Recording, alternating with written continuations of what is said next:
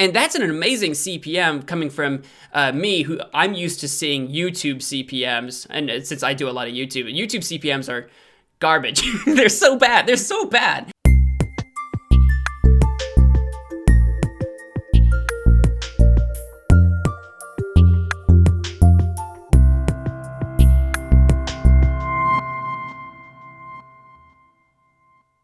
Hello, friends, and welcome to a Hasty Podcast. I'm your PC builder, Weston Hasty. You are listening to a Hasty Podcast.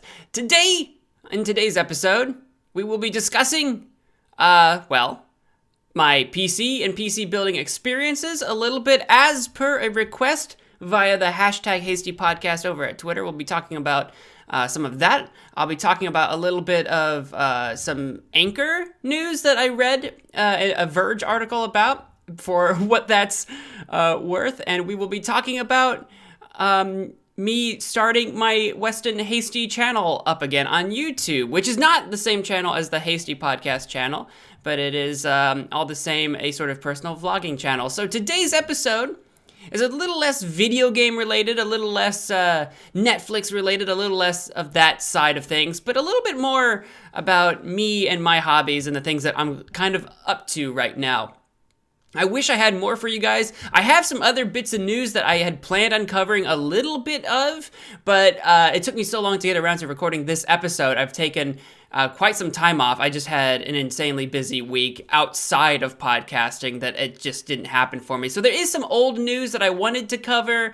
I don't even remember what it all is exactly. One of the things I thought was interesting is that Minecraft Earth is shutting down. That's not a thing anymore. I think it's shutting down this coming summer. I don't remember what month. You'll have to Google that. I don't have it in front of me. But just to cover it briefly, that was like an augmented reality game for mobile devices. Think something along the lines of Pokemon Go, except this was for Minecraft. And it sounds absolutely fascinating to me. It's a shame that the first time I ever heard of it was to hear about it being shut down. As it turns out, I think it launched in 2020 or at the beginning of 2020 or something like that, but then of course COVID and augmented reality games kind of required to get out into public and visit places and travel and walk around, and that was just not a thing that a lot of people were comfortable with doing for the last year, and I think that that has put a significant strain on the game. It's a bummer that they couldn't stick it out on some level to like maybe revive it post a coronavirus world, but I guess they're shutting it down in the coming months. I'm not sure what the shutdown date is for that. The other piece of news that I wanted to cover a little bit of was the shutdown of Adobe Flash Player. I guess it's still kind of recent news for some people, so I can talk about that briefly. Adobe Flash, for many of you that are familiar with it, Adobe Flash was a animating and video game sort of, people use it to make video games. I think it was originally just supposed to be an animation software. I don't remember the origins. But it was a software nonetheless that the early internet abused the heck out of. Like, if you've ever played any of those web-based games as a kid on your computer, on your school computers or something like that, is probably made using Flash. Pretty much every internet game ever before a certain point in the earlier, like, say, 2000s was probably made using Flash. It was a huge software. It did have a ton of issues and vulnerabilities from the technical point of view, but it's hard to deny the impact that Adobe Flash had on the internet in its early days. In fact, Adobe Flash is one of the major players and reasons why in early YouTube could get sort of kickstarted, and that is coming to a close. Adobe Flash a couple years ago started warning everybody to start phasing out Adobe Flash because they would no longer be supporting it, updating it, etc. And here now, officially, as of the last I heard, Chrome has officially shut down all use and plugins and compatibility with Flash. Other browsers are following suit. I think Apple did it forever ago. I think Mozilla Firefox might be one of the last browsers holding out. Even at this point, I think they're shutting down the 20-something. So in a couple days, by the time you see this, it might be over. So I don't remember. So that's being shut down. Adobe Flash, you will be missed. Rest in peace. I've, in recent years, over the course of several years, I have been using Adobe Flash video games on my main gaming YouTube channel at Magic Man Mo. You can go to youtube.com/MagicManMo if you're into gaming stuff. I do a lot, or did I still do, honestly, a lot of Flash stuff on that channel, but unfortunately, it will no longer be supported natively through browsers. It is no longer being supported. That being said, as a follow-up to that bit of news, if you are interested in playing some Flash games that maybe you didn't get around to, or replaying some of your favorites for nostalgia purposes, there is still a way around that Flash shutdown, and that is by... Well, there's a number of different ways, but the one way that I have used and I recognize that I recommend personally is this software called Flashpoint. If you try to Google Flashpoint, you'll find it. But it's an archival project that seeks out and sought out with the years coming up to this, leading up to this, because they knew it was coming. They have been archiving thousands of Flash-based video games and animations from around the web at a breakneck pace, because they have, I think, something like 70,000 Flash games in their archive, and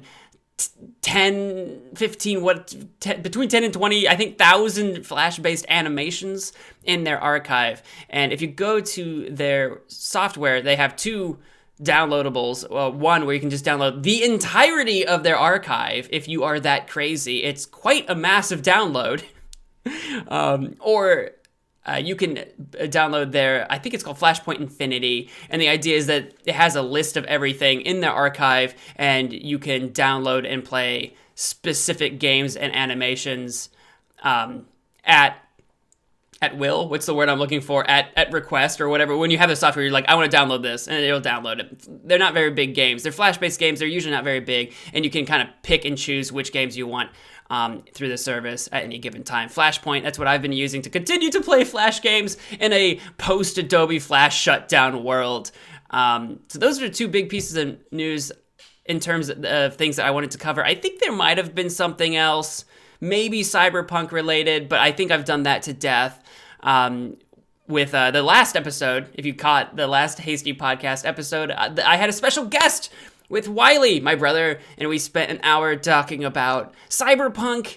We talked about its customization options or lack thereof and our feelings about that, as well as going into a little bit of more about Cyberpunk. But we did get nearly as in-depth as I thought we would. In fact, we found that we still, even after the podcast was over, we still had so much we could have talked about, and we had so much to say, but unfortunately that was the length of the podcast. And I mean, honestly, if you let us just talk and chat about something, if you just let us chat in general, we can do it for many, many hours. But even Cyberpunk, we could go round and round and talk about that for a couple of hours. But this podcast, for the sake of this podcast, we had 1 hour, and that's what we covered. So check that podcast out. That was episode number 21, the Cyberpunk episode featuring Wiley. It was a lot of fun to shoot that podcast. And we're back to another solo podcast this week with just me.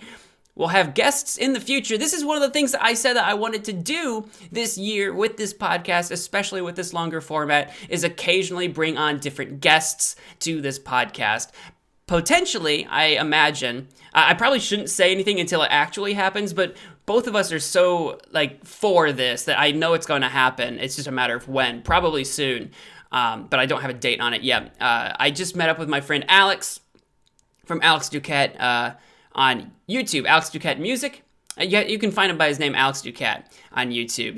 He's a buddy of mine. He came to town here the other day, and we had lunch, and we had a good talk about things. I mean, we just caught up, basically, but a lot of what we talked about was YouTube and the stuff that we're doing, our side projects, this podcast. We talked a lot at length about that kind of stuff over a lunch, and it was a lot of fun, and I enjoyed it, and I know he's listening to this, and I just want to tell you, Alex, I had a lot of fun, and we should do a podcast together, and he knows that, I know that, we both know that, it's going to happen. We just need to set a date. I need to reach out to him, make sure we set a date, figure out how to do that. I know because with the Wiley episode, he was here physically. With the Alex episode, that will be done remotely. I will sort all that out. So that's likely going to be our next guest for sure. And I have a couple of other ideas for guests as well. We'll see who I am able to reach out to and coordinate with in the future. So look forward to that here on the podcast. I don't know what we'll talk about, but I know we will find things to talk about. All right. that's like my announcements for this for this podcast. That went on a while, right? That's a couple of bits of news. That's probably a guest announcement coming up. What else do we have going on? Where should I start? Maybe I should start with this Verge article that I read, because it kind of relates to this podcast in many ways. In fact, I try to pull it up. I try to pull up my Verge article in case I needed to look anything up, and I've got a giant ad in front of my face. I've just been looking at an ad in front of my face this entire time. Oh, here it is. But it's a Verge article. Who wrote this thing? Do I have an author on this thing? Ashley Carmen. There you go. Give you some credit. But the article itself and what it says in it specifically, I'm not going to go through the details so much, but it brought up something very interesting to me, and I read this. It's titled, "Spotify is paying podcasters tens of thousands of dollars to buoy its own sponsorship tool." Subtitled, "Anchor promised to find sponsors for small podcasts, but Spotify is footing the bill." And I thought this was very interesting. In the world of podcasting, if you're listening to this podcast, I figured you're probably interested in podcasts. Maybe you have your own, or maybe you just listen to other podcasts. But I thought this would be interesting to you guys, so I wanted to talk about it a little bit. And it revolves around Spotify and Anchor. Spotify owns Anchor. Spotify bought out Anchor some time ago. I don't know when that is. And I use Anchor to host my podcast, at least the audio version. Of course, I am also on YouTube. You can check out a Hasty Podcast to check out the YouTube version of the podcast, where you can actually get the video version of me talking about the podcast. I have a video version now where I actually shoot video. I've got a different angle here. I've got a shirt hanging out. That's one of my shirts. You can buy that at my store at magicmanmode.com. I've got a shirt. I've got a couple of hats on a wall. I've got the Lord of the Flies in the corner of my room here, just to put it on my desk, because I don't have anything else decorative to put here, so I just put a book there, and that was the one that I had closest to me. So yes, there's a video version of my podcast on YouTube, but besides the YouTube thing, I host my audio version of my podcast through Anchor, and it distributes my podcast to other services such as Spotify, Apple, Google, Pocket Casts, Radio Public, something else that I am certain I'm forgetting. Bunch of places. You might be listening to them at any of those places.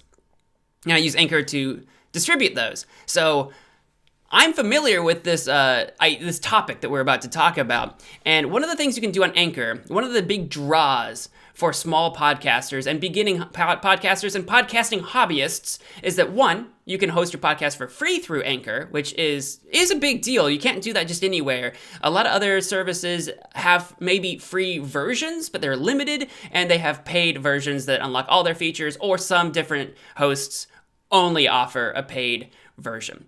So Anchor, big move here, free hosting for anybody, totally free. The other big draw is monetization, because everybody that wants to start a podcast, if you want to make it like a significant part of your life or career or whatever you want to do with your podcast, if you want to make money from it to continue to expand, or just to make a little extra scratch on the side, etc., you're going to want to monetize your podcast eventually. And there's a number of different avenues and routes you could do that through traditional means. What Anchor offers are two things. One of them, I'll talk about briefly because it's pretty simple, is, what is it? Actually, I don't remember what they call it, but basically it's like their subscription service. So if you're a listener to a specific Anchor podcast, you can subscribe Patreon style to that podcast. You can do it with mine, in fact, if you really want to. If you go to my anchor.fm page, anchor.fm/Hasty Podcast, you can subscribe to me through there and give me like $5 a month to support the channel, for example. I think it offers three things, like $5, $10, $25, something like that. Kind of think like Twitch subscriptions, if you're familiar with Twitch. Think Patreon, if you're familiar with Patreon. It's or Google memberships, if you're familiar with, or not Google, YouTube memberships, if you're familiar with YouTube. Think along those lines. You can do that. That's one way to do it. The other option that we're actually talking about today is that they offer what they call like Anchor sponsorships. And the idea, the entire premise behind that, is to offer anybody on the platform the ability to create your own like 30-second ad read of a sponsor to try to sell a service, a product, etc. In fact, if you've been listening to this podcast, you've probably heard those ad reads on my own show during the like what I call the coffee break sections, where I say coffee break, and I talk about how Anchor is a service. I advertise Anchor to you. It's usually about halfway through my podcast. I do a little Anchor read for you guys. That is actually from me using Anchor's sponsorship service. And what they do is they give you a list of sponsors that are available. You read a 30-second ad read that has to have X number of qualifications in it. It gets checked to make sure that they're in there. Presumably they check them. Maybe automated, maybe manually, maybe they just let it go. I'm not entirely sure, because we'll get to that. It's kind of dubious how this works, actually. That's one way to make money, by these sponsorship things that kind of get delivered to you, instead of you, the small podcaster, having to find other people to sponsor you, right? Instead of me having to reach out to different brands, basically, Anchor sends them my way. That sounds amazing, but what we've discovered in reality is that has not really been strictly the true case here that this article points out. In fact, it seems that for the vast majority of podcasters, especially of the smaller variety, the list of available sponsors is extremely small. Is extremely small, and very particularly catered to actually larger podcasters, which is kind of funny, because one of the big draws for small podcasters is this monetization tool, but it's not really being delivered to anyone besides larger podcasters. And by that, I mean, and I'm an example of this, I haven't been podcasting for super long, and I don't have a huge audience on my Anchor sources and that sort of thing.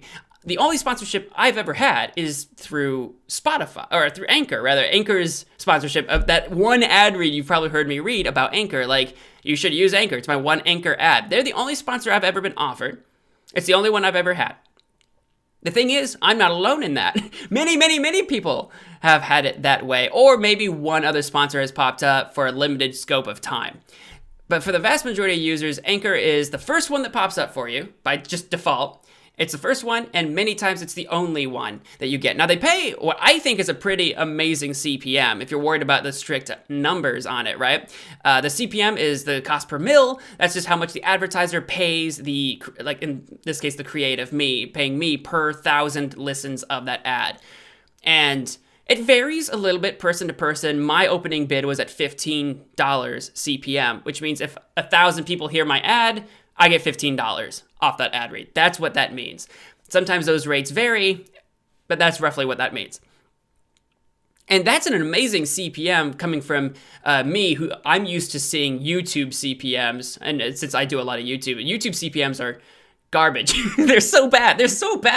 But $15 sounds like an amazing number. And there's no like end date to that sponsorship listed anywhere, but what I've been reading from this article is some people have had that sponsorship eventually run out. You know, after you've been sponsored by Anchor for so long, there's no hard set, like it's not like 1 year or 1 month or some specific number, but eventually that ends. And sometimes people don't have that sponsorship replaced with anything because there's nothing available.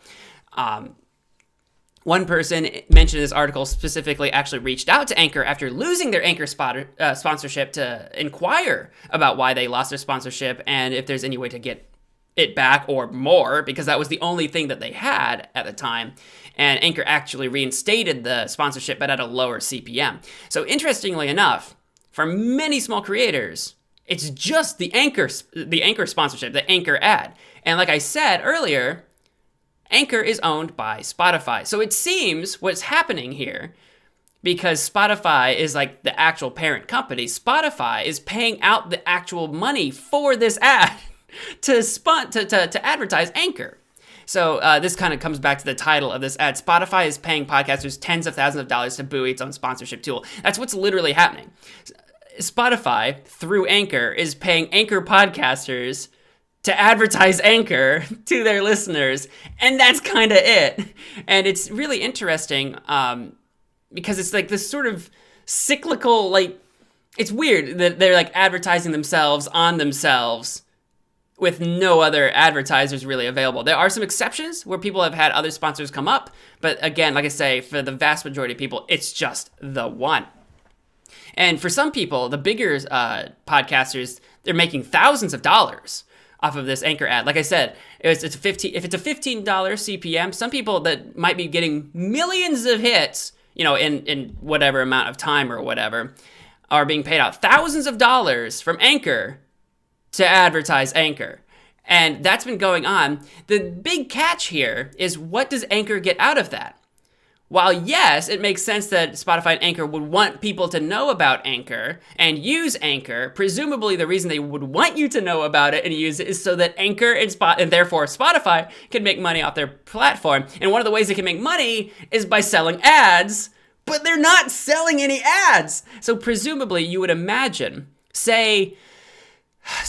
say Magic Man Mo, the YouTube channel, just so I don't have to name any brands, Coke, Pepsi, whatever. But say the Magic Man Mo YouTube channel wants to sponsor some podcasters through Anchor. Presumably, the way that would work is that Anchor and the Magic Man Mo YouTube channel would sign some kind of contract. The Magic Man Mo channel would pay out X amount of money per 1,000 views to see their ads, right? And say the Hasty Podcast does an ad read for the Magic Man Mo YouTube channel. The Magic Man Mo YouTube channel pays Anchor, say, for that $15 CPM for the ad. Anchor would probably keep a portion of that for themselves. I don't know, $1, $2, $5, I don't know, some portion of that. And then the rest of it would go to the podcaster. So a Hasty Podcast might be making a $10 CPM on an advertisement that the advertiser is actually paying $15 CPM for, and Anchor keeps the extra $5 or whatever. That's presumably how that would work, and why Anchor would want to offer this sponsorship program is to take a piece of that cut, to take a piece of that pie to make money on the platform. That doesn't seem to be the case, is what we're saying, and it's very interesting because I can only imagine how little money, if any, Anchor must be making for Spotify, if the only sponsorships being offered are just Anchor sponsorships. Anchor is just it's not paying itself. It's only losing money through this means. That does cycle back to that first thing that they use, that first monetization tool, which is like that Patreon style thing that you kind of pay monthly. A listener would pay monthly to support a podcaster with. That does exist, and presumably Anchor is taking some portion of that for themselves. I haven't looked at my contract in a while because I have it enabled on my podcast as well, but I don't remember what the cut is. It's moot point to me. So I don't know what that cut is, but presumably they're taking some kind of cut. So there is that way Anchor would be making money, but I can't imagine enough people are probably using that service while things like Patreon, for example, do exist. I can't imagine enough people are using that service to actually vastly outweigh the thousands of dollars they're handing out to advertise their own platform on their platform. It'd be like if you were watching YouTube and YouTube is paying all of YouTube's creators thousands of dollars to advertise YouTube on YouTube. And that's it. There's no other advertisers. There's no Pepsi. There's no Coke. There's no whatever new movie is coming out, no, whatever new game is coming out, no, whatever hygiene product, whatever the heck YouTube advertises.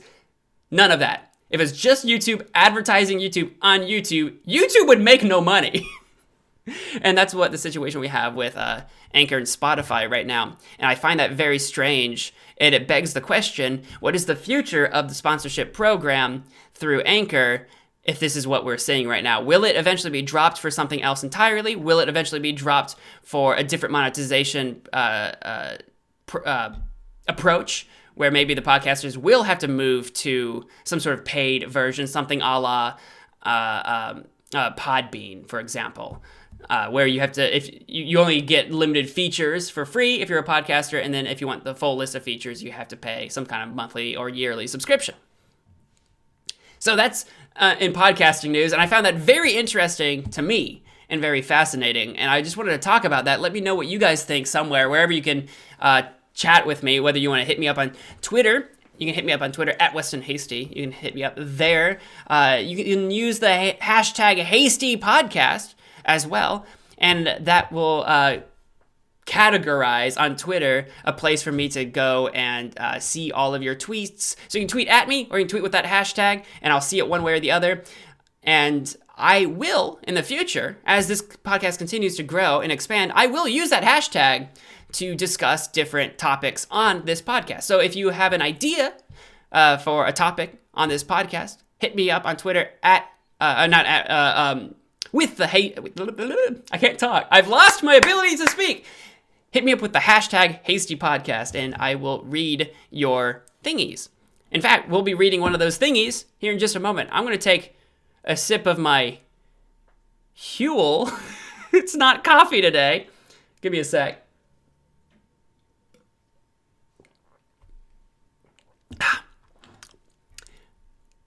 Interesting. I was going to say delicious. I have a video coming out to my Weston Hasty YouTube channel very soon. You should check that out. Look up Weston Hasty on YouTube. 2 words. 2 names, right? 2 words. Look that up. That channel is coming out with some new content very soon. By the time you see this podcast, in fact, its first returning video for 2021 will have dropped, and you can go check that out. I have an episode/video coming out on that channel talking about my experience buying, or not my experience buying, but like talking about having done this now, having bought Huel, opening it up, taking a taste test. I've recently invested in Huel. I've become a Hueligan. This is not sponsored by Huel, by the way, but I've recently become a Hueligan. I've been very curious about this product for some time. It's basically a meal replacement food powder that is supposed to be nutritionally complete, and each one of their like meals that they sort of put in the serving size. I can't think of the word serving size.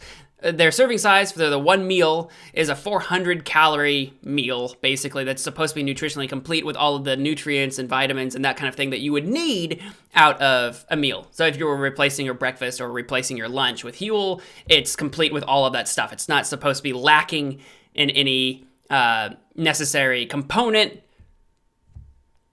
that you might otherwise be lacking if you had, say, cereal. You wouldn't get enough protein out of your cereal, for example. I don't know, whatever it might be that you're replacing. In theory, I guess you could drink /eat Huel only if you wanted to completely replace all food intake with Huel. In theory, you could do that. I don't know that you would want to, because there is something satisfying about eating physical, solid food that I think that Huel just does not match. In my experience, having been drinking this Huel stuff for the last few days, there's something about eating substantial, solid food that is just not matched by drink-eating Huel. I say drink-eating Huel because it's funny. When you make it, it's a powder that you put into water and you shake it up, and it's supposed to kind of like dissolve, and kind of like the water will be thicker because it's got the powder in it or whatever. But it's not like a shake. You don't drink it like a shake. It's basically water with powdery, chunky bits in it that you kind of have to chew a little bit. It's not chewy at all. It's a strange sensation because it doesn't mix and dissolve the way you would expect it to, based on maybe other powdered substances maybe you've eaten. Like if you put sugar into your tea or something, right?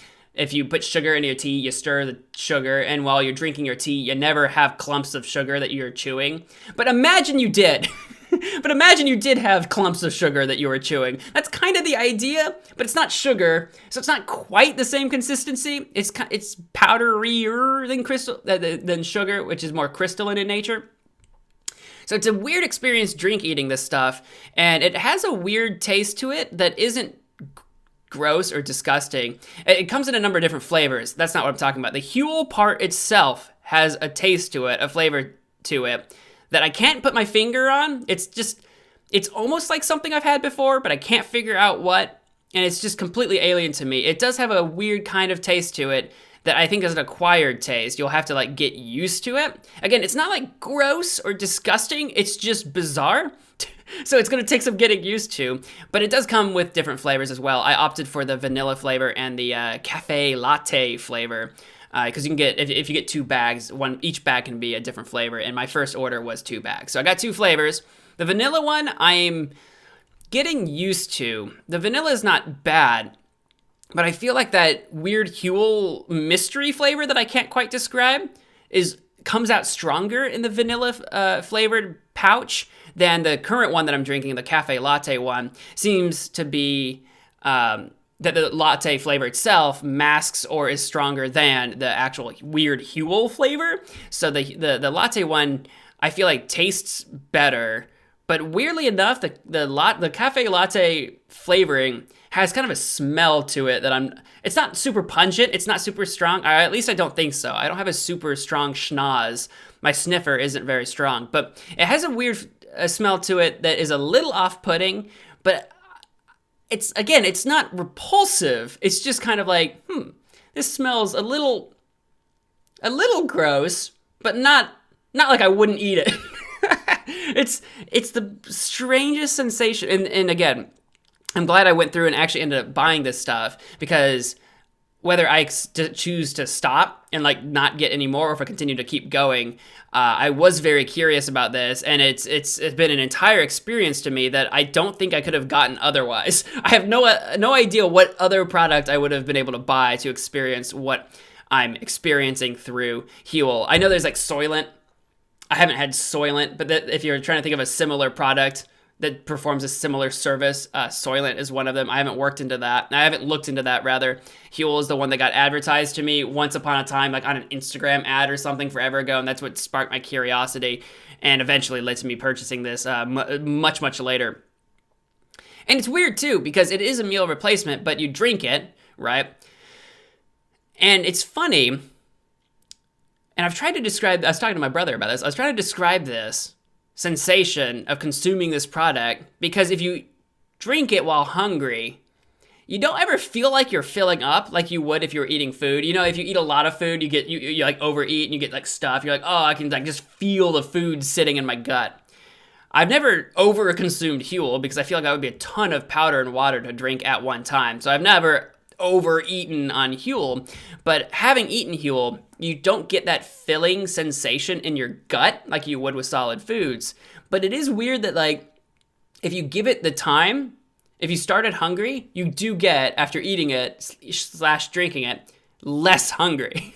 Like, it's doing something, right? You are like consuming it in some way that it does satisfy your hunger, at least to some extent, depending on what your body is used to consuming. I think it will be interesting to see exactly how hungry or not hungry I feel after consuming this once my body is used to eating this stuff instead of solid foods, because I know I expected this. One of the things that bothered me after eating it, like the first day I tried it, I skipped my dinner and had Huel instead.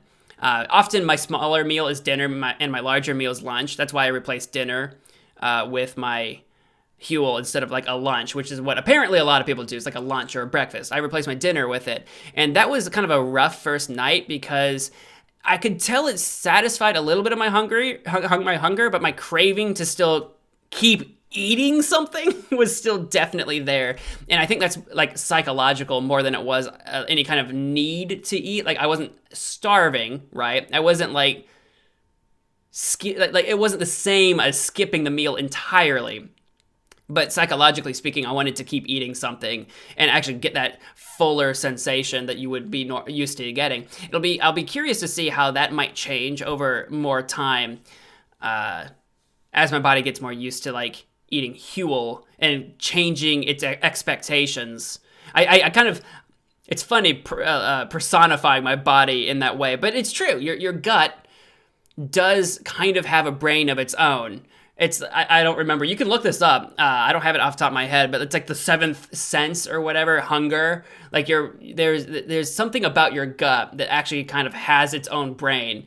Not literally, not like the brain in your head down in your gut, not the exact same thing, but it does kind of have its own ecosystem of expectations and demands inside your body. If you've never heard of this, you should look into this. It's quite fascinating, actually. Maybe we'll talk about it sometime. But as my body adapts to this stuff, I'll be curious to see how those sort of food expectations change psychologically. Because like I say, I'm not starving. Like, I'm not actually lacking the sustenance to go on. It just feels like I should keep eating.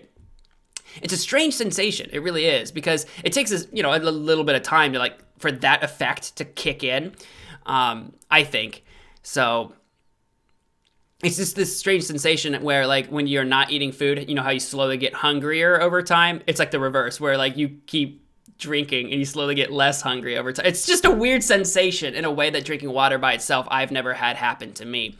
I will say that if you are going to do Huel and you're someone like me who also intermittently fasts, which sounds fancy. It's kind of like the new hot thing right now that if you're like dieting or something, you should do intermittent fasting.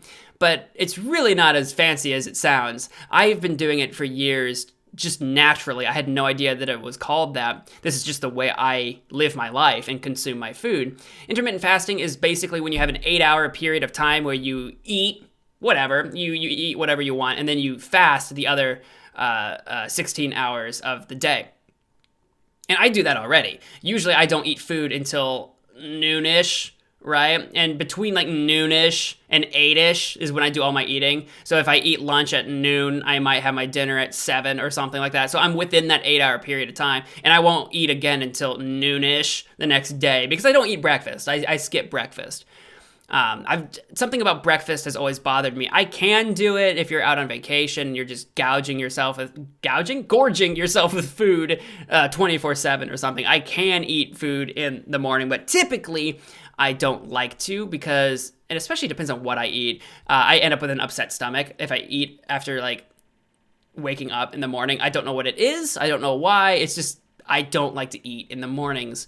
That's just the way I live my life. So I intermittent fast by just virtue of that being a quirk of my own body and my own physiology. So I would recommend if you're intermittent fasting, maybe if you're going to replace one of the 2 meals you eat a day with Huel, consider what you're getting out of that other solid food meal and make sure that you are getting enough sustenance in your day. I was running the numbers, and the first couple of days I was drinking Huel, I was just doing the one meal, the one serving size meal of Huel, which is the 400 calorie meal. And I realized that between the 400 calorie meal I was having for dinner and the like 600 calorie lunch I had 1,000 calories all day. And I was a little still pretty peckish at the end of the night, and I think that's because I hadn't really actually eaten enough to cover everything that I needed in terms of just calorie intake. And I'm not a person that needs to lose weight. If you're a person that needs to lose weight, that's amazing. You want to burn those calories. I'm someone who's trying to maintain my weight. I do not want to lose weight. So I don't know how much calories I burn a day exactly. I'm not a health nut. I'm not a fitness guru or anything like that. I don't know what I burn a day, but I'm on my feet all day at work. So I feel like maybe I burned more than I actually consumed that day, which, you do that a day or two or whatever, no big deal. And if you're trying to diet, do that every day because that's exactly what you're trying to do is lose weight. But if you're not trying to lose weight, being a little short on calorie intake a day, that's not going to hurt you, right? But I did the calculations in my head, and I was thinking maybe the way I typically eat, since I only eat twice a day, I probably want to go with like a meal and a half of Huel consumption. Like just do another scoop of the powder and eat a little bit more of it than the actual serving size suggests, since I perform the intermittent fasting. If I was someone who eats 3 times a day, replacing a meal with Huel, you'd probably be fine, right? Because if you eat 3 meals of even 400 calories a day, that's 1,200 calories. That's probably still really light for a lot of people, but not every meal's gonna be 400 calories. I mean, heck, you could eat a cookie with 400 calories in it if you really wanted to. So like in terms of just sheer calorie intake, if you're someone like me that intermittent fasts or you don't eat super frequently, just consider that when you go into it. Don't just go by the serving size alone and just assume that it will take care of whatever you would normally eat. If you're someone like me that eats a lot per meal, but only the 2 meals, consider that. But it's been an interesting experience so far. And I'm getting used to the weird flavor, and it's not too bad. It's really not too bad. It's just you have to get past the weird, eating it part, because it's a drink, it's water. You have to get past the weird eating water part of it, and the weird sort of, Huel taste and the weird sort of Huel smell. And I think it's totally doable. I think it's totally succumbable? That's not the word I'm looking for. Surmountable? I don't know what word I'm looking for, but I think you can do it. You can overcome that. And that's been my experience with Huel so far. It's been quite wild. And that was an entire tangent that I didn't mean to go on, but happened just out of virtue of the fact that I had to take a sip of this stuff. You can kind of, if you're watching the YouTube video, I've got a pink cup, so this is actually kind of hard to see. If you're watching the YouTube video, I'm going to try to show you. It kind of looks like that stuff. I know it looks kind of gross because it's powdery, but it's just powder. I know it looks kind of gross because it's like wet powder, but it's like if you let a milkshake melt. It doesn't have that consistency to drink it, but when you look at it, it looks like you had melty, watery shake. It does not have that consistency to drink it, but that's what it looks like. So I have a Hasty Podcast hashtag that I want to read off of Twitter, coming from Alex Duquette, who I mentioned earlier in this episode, in fact. And we were talking about this forever ago, and this tweet came before we actually had the chance to meet up. So this came from before that. We've talked about it a little bit while we were meeting, but I wanted to talk about it anyway on the podcast. Where's it at? Another hashtag Hasty Podcast comment. I want to know more about your PC. Give us your specs. And as a PC building newcomer, I would love to know what your experience was like when you built yours. Love the new format at Weston Hasty. Thank you so much for your question on hashtag Hasty Podcast over on Twitter. I appreciate that. And I would like to talk about it for a little bit for the rest of the podcast, roughly. The specs, I don't know all the specs off the top of my head because I built it a while ago. I don't know all of the hardware components and pieces that I put into my PC, and I could have tried to look it up before doing this podcast, but I bought my parts from a bunch of different places online, and I don't remember how to get to all of it. So I don't remember all the different parts. I couldn't tell you like the specific motherboard, for example, that I bought, because all the motherboards have a wildly absurd like just string of letters and numbers to it. It seems like, or at least mine did. Mine doesn't have a name. It's just an absurd string of letters and numbers that I got from some company or whatever. But some of the specs that I can go over that I can just easily look up on my computer right now by going to like my computer's like about section, just to give you an idea of at least what I'm running a little bit, is that I do have 16 gigabytes of installed RAM. If I remember correctly, and I do think I do, I'm using two 8GB sticks as opposed to one 16GB stick. And I have an AMD Ryzen 7 2700 8-core processor that runs at 3.2 gigahertz as my processor. And my GPU, my graphics card, that's the word I was looking for, my GPU, my graphics card. And this one I don't have looked up. I couldn't find it on my computer. And for the life of me, I can't remember. But I'm pretty sure I opted for the GTX 2080 Ti. I don't remember if it got the Ti edition or just the 2080. But it is absolutely a GTX 2080, which at the time was still pretty new when I built my computer. Has it been 3 years ago now? 2-3 years ago, whenever I built my computer a couple years ago. A GTX 2080 was still like the big boy on the market, quite an expensive piece, and it runs super well. So we're looking at my graphics card being that GTX 2080 Ti, maybe. I think I did opt for it. It was quite expensive. My processor is an AMD Ryzen 7 2700 8-core processor. I was thinking about going Intel. I usually go Intel with like the i7s. I was looking at maybe going into i9. I was like doing it. I was looking at the i9. I was comparing the i9s and the later gens of the 7s with what AMD had going on. And at the time, from what I could find doing my own research, doing a performance comparison and a price comparison between the two, I opted for AMD. This time, I usually go with Intel. I figured I haven't done AMD before, but it comes well reviewed. It goes back and forth. Which one's better depends on who you are. It goes back and forth all the time when you do your own research. So I figured they're probably comparable. And at the time that I built my PC, AMD was a bit cheaper, but still by many people reviewed better than Intel. So I went for it. It wasn't like, I didn't expect to have like a terrible product or a terrible experience with AMD. I just had never used it before. And so far, works amazing. Fantastic. And like I say, I went with the 16 gigabytes of RAM. I thought about going as far as pushing for 32 gigabytes of RAM. Maybe I should have just spent the extra money. I spent so much money on this freaking computer, but it's been well worth it. It was a huge upgrade from the gaming laptop I had been using before, which was an Asus, what were they? Republic of Gamers or something? It was one of the Asus ROGs, ROGs, Republic of Gamers. I don't remember what model it is. But it's like several years old now. It's like 5, 6, 7, 8 years old. I don't know. I don't remember how old it is. I got it a long time ago and it runs like garbage now because I abused the heck out of it. It did well when I got it. Don't get me wrong. This is not me putting down Asus. It did amazing when I got it. It was absurdly better than the PC I had before that, which was a Toshiba Satellite something, which at the time when I bought that was all right. It was a mid-range laptop. about a mid-range laptop at the time, which I had bought not for the purpose of playing heavy video games and streaming and all the stuff that I kind of do now. I made the upgrade to the Asus laptop when I started getting more into that stuff, and now that my needs are just so goddamn demanding, I have now finally built my own desktop PC with the specs that I've listed, and it's been running quite amazing. There's probably other stuff I could talk about that I just don't remember the brands and things that I put into it. I could tell you that my case is actually, what was it? Meshify?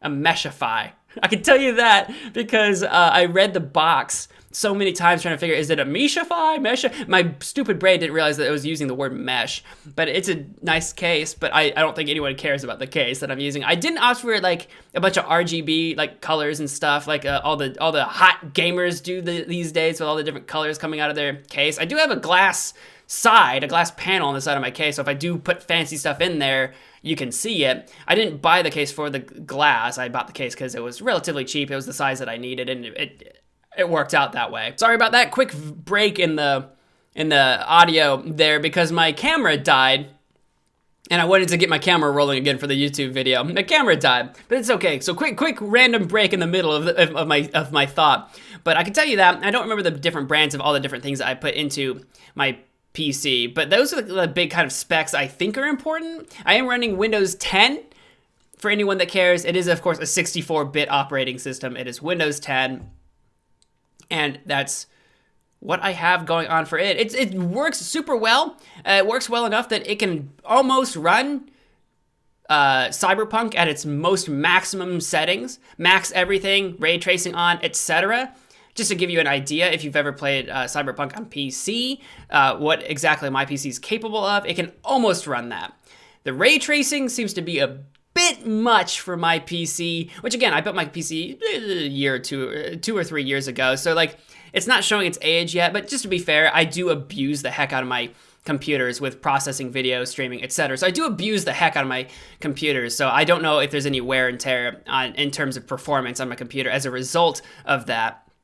But it can almost run those max settings. I basically just turn ray tracing off, and with ray tracing off, I can run Cyberpunk at max settings. So I don't know if that's a good benchmark or not, since so many people have had so many issues with Cyberpunk, but I love Cyberpunk, and I talked about it last week. So just talking about Cyberpunk, that's where I'm running my computer at there. My experience building the thing, I will say it was the first PC that I'd ever built, my first computer that I'd ever built, and it was wild. I did extensive research, at least to the best of my ability, to try to figure out how to build the thing, watching tutorials, watching other people build PCs, trying to learn about like thermal paste, trying to make sure that nothing I could do would screw up my computer. And I think I started building my PC. I got all my parts together. I got off of work that day. I got all my parts together. I emptied out a space in my room, and I started building my PC at like 8 o'clock at night. And I figured it'd take me a couple of hours to make. And 8 hours later, at 4 o'clock in the morning, my PC was built and finished and running. It took me 8 hours to build my PC because I didn't know what I was doing. I was constantly re-watching videos, reading manuals, looking for parts, and make sure everything was just so. You would not believe how big an idiot I could be in terms of trying to figure out what cords go where to put things, how to attach the fan to my CPU. Right? All that stuff that needed to be done. Fitting the motherboard into the case, for some reason, was way harder for me than it should have been. Just putting the darn thing in the case was an extensive project. Figuring out where to put the power source that I used, the giant power source battery-looking thing. It's not a battery, but the battery-looking thing into the case. Getting all the cords organized somewhat. They're not amazingly well organized, but just in a way that they're not completely everywhere. And that was an entire experience and process that I would never want to repeat again, if not for the fact that, thankfully, I learned so much doing it the first time that I don't think I'll have that experience the second time I ever build a PC, should I end up building another PC one day, which I imagine I will, because now that I have done it, the results I've had out of the performance of the computer that I have and at the price point that I paid, which I did pay an absurd amount of money for all the different parts and things I put into my computer, but for the price that I put into it, I was not going to be able to buy this PC pre-built at that price point. There's so much money that I saved by building my own PC that basically, like, I'm running on, I don't know, if I was going to shoot in the dark, like just shoot in the dark, if I had to pay someone to build this thing, right, I probably would have been like $4,000 or $5,000 for this PC. I saved a couple, I'm guessing, I have no idea, but, you know, just trying to guess that, like, what someone would charge, and then, you know, retail prices for stuff. I saved thousands of dollars building it myself. I imagine it's a beefy guy. It's a beefy boy. I could be wrong about that in terms of exact price figures, but I put a few $1,000s into this computer, and it's been amazing. And the good news is, should anything ever go wrong with it and I need to replace a part, I don't need to replace the entire PC. I just need to replace the part. That was one of the issues with, like, the laptops I was getting in the past, is that if something went horribly wrong with my laptop, I'm gonna have to get a new laptop. Unless the issue is, like, the battery, then you're gonna have to shell out a couple $100s for the battery, but not the entire laptop. Which, luckily, I've never had huge issues with my laptops where I needed to replace them because something broke. More so than just I needed to replace my laptops that I've had in the past because I abused the heck out of them and they got old. They got old and they got abused because I just run them for hours and hours a day, and I do all kinds of crazy stuff on them. So they lived and lasted as long as they did, and as well as they did for what could be expected for what I was doing on them, basically. A lot of, you know, streaming and video making and that kind of stuff. It's very intensive work on your computer. It really is. And for all of that considered, my laptops, I got very lucky on for how long they survived. The good news is, on my PC, if something starts dying on me, if my graphics card is not maintaining anything anymore, if it starts going out, I can get a new one. If I need to get a new power source, I can get a new one. If I need to get an entire new CPU or motherboard, I can get one and salvage the other parts and put those on the new motherboard, etc. All of that is very possible and doable, so I can always swap out parts. And that is, while I haven't needed to do it yet, thankfully, it's kind of peace of mind that if anything like that should happen, you can save. There are parts of my computer that I can save. There are parts in my, like, Asus laptop I can't just pop out of the laptop and use into a different computer because it's specifically built for that laptop, right? So it's kind of peace of mind that I can recycle some of those parts should I ever need to. And I definitely recommend it if you're considering building your own PC versus just buying your own PC. If you have any kind of technical know-how, like just any kind. I'm not saying expert level. I'm not even saying moderate level. I'm just saying, like, you have an idea of how to plug things in and you know how to follow instructions. Like, you can watch a video and you can kind of make what you watch, and you kind of trust yourself to do so a little bit, then you could do it. If you're considering it, I recommend building your own PC. It is time, though. It will take you time to do, especially if you're doing it your first time, unless you are an expert and you do have the know-how, more so than me, in which case you don't need my advice anyway, because then you probably already do build your own PCs. But yeah, if you're worried about it, you can do it. It's very doable. It's not nearly as difficult and daunting as it seems like it will be, but it is a little bit. It is a little bit daunting. You are going to be a little worried that you're going to get things wrong, and there's going to probably be things that you have forgotten to do, like when I forgot that I needed a keyboard and mouse for my PC. So at 4 o'clock in the morning, I had to go to, like, my 24/7 Walmart and buy a keyboard and mouse for my PC. So there are going to be, like, the silliest little things that you forget, but do as much research as you can ahead of time. Create a parts list. There are websites that you can use. I think it's mypcbuilder.com. You just do some Googling. You'll find it. There's some popular ones out there, so it won't be hard to find. But there's different ways to create a parts list so that you can list out everything you want and not forget anything. I don't know how I forgot a mouse and keyboard. I don't know how I did that. It was embarrassing. I went and took care of it. No big deal. You'll have to remember to, like, take care of your operating system, you know, on another computer or something. Buy or download the trial version or whatever, Windows 10 or whatever Apple has to do. If you have to do Apple, can you build your own Mac? I don't even think that's a thing. I think you have to build your own PC. So we're probably talking like Linux or Windows here, but download some kind of operating system and make sure you install that onto your computer. Otherwise, you won't be able to do much. And then learning what a BIOS is on your computer and how to operate that and what's even available there. Learning what your BIOS is, how to get to it. And that's going to be dependent on like your motherboard. So you're going to, like, when you're booting up your PC, smash the delete button or whatever the heck and bring up your BIOS and change some settings there. There's a lot of things to research, but it's not nearly as daunting as you would think it is. So if you're considering it, I recommend it. Although it was very tempting to just say, I'm just going to go buy a pre-built computer of some kind. There's a couple of options out there where you can sort of customize the specs of what you be in your PC.